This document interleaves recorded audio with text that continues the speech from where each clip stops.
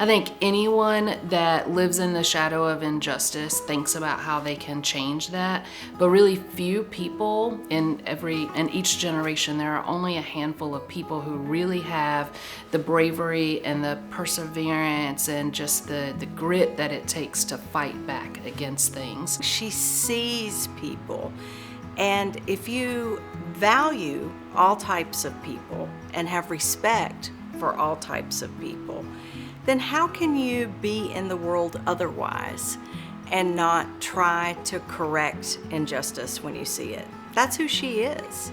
Lennie, in some ways, that whole Amendment 1 thing capped your activism. Yeah. Right? It was the end. But there's a beginning to your activism, right? It starts at a very young age, right. Very involved. It started really for me when I was 13 and a half years old, and we drove to Florida. And on the way down, there were all these signs. Everything was separate, blacks and whites. And I was 13 and a half years old, and then we passed a sign on a beach that said, "White Protestants only." And it was just insane. First of all, she's a very compassionate person by nature, but she's also doesn't sugarcoat things. So she is well aware of how systems work and what you have to do to give people a chance to have equal rights within the system. I have to say that's one of the things I love most about Lennie. She is who she is. She is authentic. And that authenticity that she brings comes with those things we've talked about. Her sense of fairness and equity, her deep caring and concern, her commitment to the greater good. There's just so much to admire about Lennie. When you talk to her, you know what she's done for years and years and years, and she's a person that did it not for the fame, not for the recognition, but simply because it's the right thing to do, working towards gaining equality for everyone, not just LGBTQ people, is just so at the core of who she is, but in such an unassuming way. In the 50 years that I've known her, she has always been an activist. If you go work for legal aid, you can take two approaches to it. You can take every client that walks in and try to solve their individual problem, or you can try to figure out how to address these problems in a way that has an impact on the system and makes the system be fairer. And Lennie always had this system approach to things. One of the reasons Lennie and Pearl were able to inspire so many other couples and people, all kinds of people, is because they did not see those obstacles. They lived their lives openly. They lived their lives day to day, doing things that all people do. You and Pearl being a role model in that way was fundamentally, core memory, very, very important for me to be able to be who I was and to, come out as bi and to, be safe in the spaces that I was safe in. I think the fact that Lennie never had to come out, she was just always out, is really a testament to her bravery at a time where that definitely wasn't accepted. She and Pearl lived their life out loud.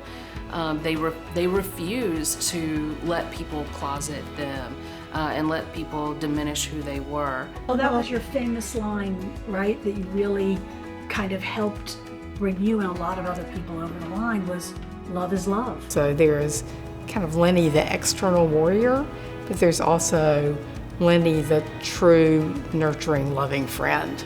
Now what? Where are we now? I mean, do you think the country has come as far as you hoped it would at this point? Nowadays, I'm pretty positive about the United States. We've come so far in my lifetime. I mean, look, there was a time when segregation was, I was here when schools were segregated, public schools.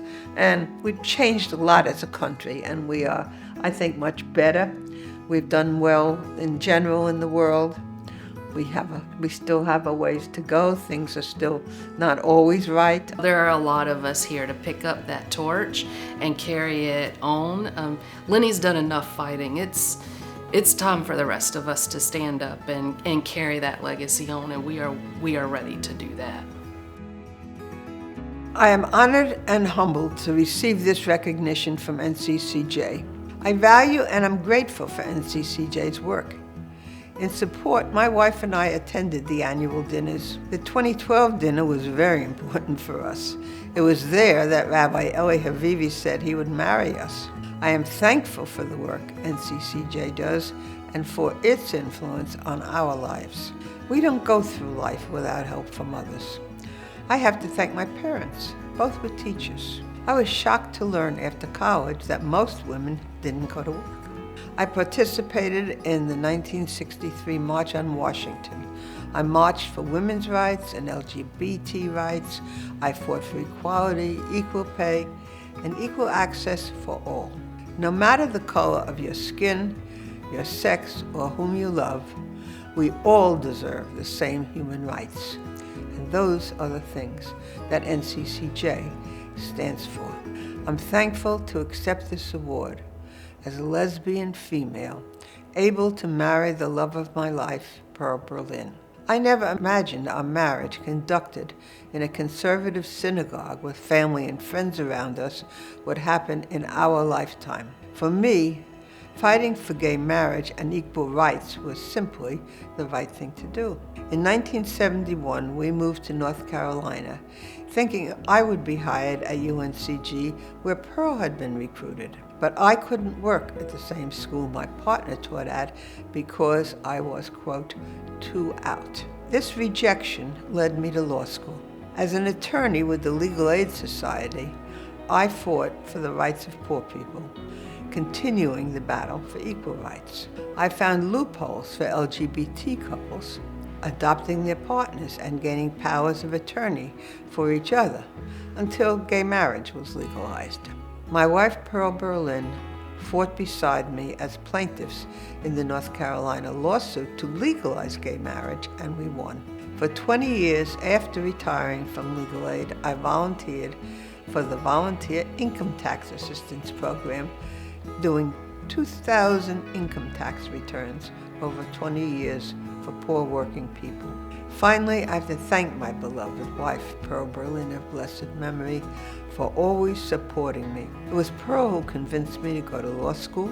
She was my sounding board, my proofreader on papers, and always encouraged me to achieve the heights I did. I thank my family, friends, and the many wonderful people I work with or who were on the committees and organizations I belong to. Now retired for several years, I've passed the torch to the next generation. My hope is that they continue to fight for what is right and just for all humanity. Thank you again to NCCJ for this honor.